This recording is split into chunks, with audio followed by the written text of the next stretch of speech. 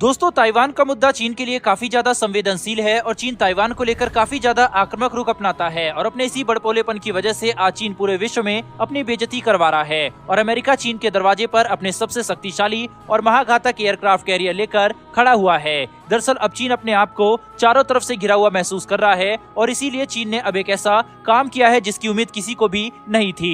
दरअसल चीन ने भारत से मदद मांगी है और ये कहा है कि वह उम्मीद करते हैं कि भारत ताइवान के मुद्दे पर चीन का समर्थन करेगा और चीन के वन चाइना पॉलिसी को मानते हुए ताइवान की आजादी का समर्थन बिल्कुल नहीं करेगा, क्योंकि चीन ताइवान को लेकर एक काफी आक्रामक और संवेदनशील रुख रखता है। इसीलिए चीन ने काफी शुरुआत में ही वन चाइना पॉलिसी का गठन कर दिया था, जिसके तहत विश्व का कोई भी देश या तो चीन के साथ संबंध रख सकता है या फिर ताइवान के साथ संबंध रख सकता है। यानी कि आप ताइवान को एक देश मानकर चीन को भी एक देश मानते हुए व्यापार नहीं कर सकते हैं। अगर आपको चीन के साथ व्यापार करना है तो आपको ताइवान को चीन का एक हिस्सा मानना ही पड़ेगा। अब क्योंकि चीन ताइवान से कई गुना ज्यादा बड़ा था और आर्थिक शक्ति के मामले में भी चीन ताइवान से काफी ज्यादा महत्वपूर्ण भी था, इसीलिए शुरुआत में विश्व के लगभग सभी देशों ने चीन के वन चाइना पॉलिसी को मान लिया और ताइवान को चीन का एक हिस्सा स्वीकार कर लिया। लेकिन अब जैसे जैसे विश्व के हालात बदल रहे हैं और ताइवान भी एक महत्वपूर्ण आर्थिक शक्ति के रूप में उभर कर सामने आ चुका है, इसीलिए ताइवान का महत्व विश्व के लिए बढ़ गया है। वहीं अमेरिका, जो कि शुरू से ही आजाद ख्याल और विश्व के देशों में लोकतंत्र और आजादी का समर्थक है, वह चाहता है कि ताइवान की आजादी भी बनी रहे। इसीलिए अमेरिका ताइवान के साथ अपने रिश्तों में सुधार ला रहा है और ताइवान को यह आश्वासन भी देता आया है कि युद्ध के दौरान अमेरिका चीन को मुंहतोड़ जवाब देगा और ताइवान का पूर्ण समर्थन करेगा। अमेरिका और ताइवान के रिश्ते शुरू से ही अच्छे रहे हैं, इसीलिए अमेरिका की संसद की स्पीकर नैन्सी पेलोसी ताइवान का दौरा करके आई हैं और नैन्सी पेलोसी को ताइवान का दौरा करते हुए देख चीन गुस्से में आग बबूला होने लगा, क्योंकि जैसे जैसे अमेरिका और ताइवान के बीच में नजदीकियां बढ़ रही है और ऐसी उच्च स्तर की अधिकारी ताइवान में दौरा करने आते रहेंगे तो वन चाइना पॉलिसी का महत्व धीरे धीरे खत्म हो जाएगा। क्योंकि अगर आप चीन से ताइवान में जाने के लिए नहीं पूछ रहे तो इसका मतलब आप ताइवान को चीन का हिस्सा नहीं मानते और चीन इस बात को लेकर काफी ज्यादा आक्रामक रुख अपनाता है। चीन की तमाम धमकियों के बावजूद अमेरिका ने अपनी शक्ति और साहस का प्रदर्शन करते हुए नैन्सी पेलोसी को पूरा समर्थन दिया और नैन्सी पेलोसी ताइवान का दौरा भी कर रही हैं। ये देखकर चीन की अंतर्राष्ट्रीय स्तर पर काफी बड़ी बेइज्जती हुई और इसीलिए अब चाइना समर्थन जुटाना चाहता है, जिसके लिए वो भारत को भी ये बात कह रहा है, क्योंकि चीन इस इलाके में किसी भी देश के साथ ज्यादा अच्छे संबंध नहीं रखता। अगर रूस और पाकिस्तान को हटा दिया जाए तो इस इलाके में चीन चारों तरफ से घिरा हुआ है, चाहे भारत, जापान, दक्षिण कोरिया, फिलीपींस या फिर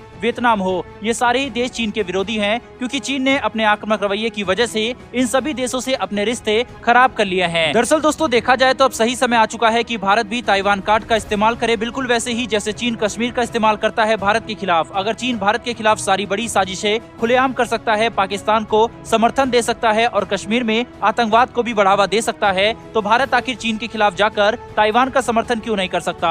अगर भारत ताइवान का समर्थन करता है तो चीन बुरी तरीके से घिर जाएगा और भारत को अंतर्राष्ट्रीय स्तर पर कूटनीति में काफी ज्यादा फायदा होगा। दरअसल भारत के लिए कश्मीर जितना संवेदनशील मुद्दा है, उतना ही संवेदनशील मुद्दा चीन के लिए ताइवान है और अब वो समय आ चुका है जब भारत ताइवान को एक लोकतांत्रिक देश की तरह देखना शुरू कर दे। और अगर भारत ऐसा कर सकता है तो कम से कम हमें सीधे तौर पर खुलेआम ताइवान के साथ बातचीत शुरू कर देनी चाहिए, क्योंकि मौजूदा समय में भारत और ताइवान के बीच में जो भी कूटनीतिक बातचीत होती है वह डिप्लोमेटिक बैक चैनल के जरिए होती है और अगर भारत ये सब खुलेआम करता है तो चीन पर एक काफी बड़ा दबाव पड़ेगा और अगर वह कश्मीर मुद्दे को ज्यादा उछालने की कोशिश करेगा तो भारत भी ताइवान का समर्थन तेज कर देगा, जिससे चीन और कमजोर पड़ जाएगा। ताइवान भारत के लिए आर्थिक रूप से भी काफी ज्यादा महत्व रखता है, क्योंकि दुनिया में सबसे ज्यादा सेमीकंडक्टर और चिप ताइवान में ही बनते हैं। इसीलिए ताइवान भारत के लिए एक काफी महत्वपूर्ण देश है। आर्थिक महत्व होने के साथ साथ कूटनीतिक महत्व होना भी ताइवान को भारत के लिए और ज्यादा महत्वपूर्ण बना देता है। इसीलिए अगर भारत ताइवान का समर्थन करता है तो चीन काफी ज्यादा परेशान हो जाएगा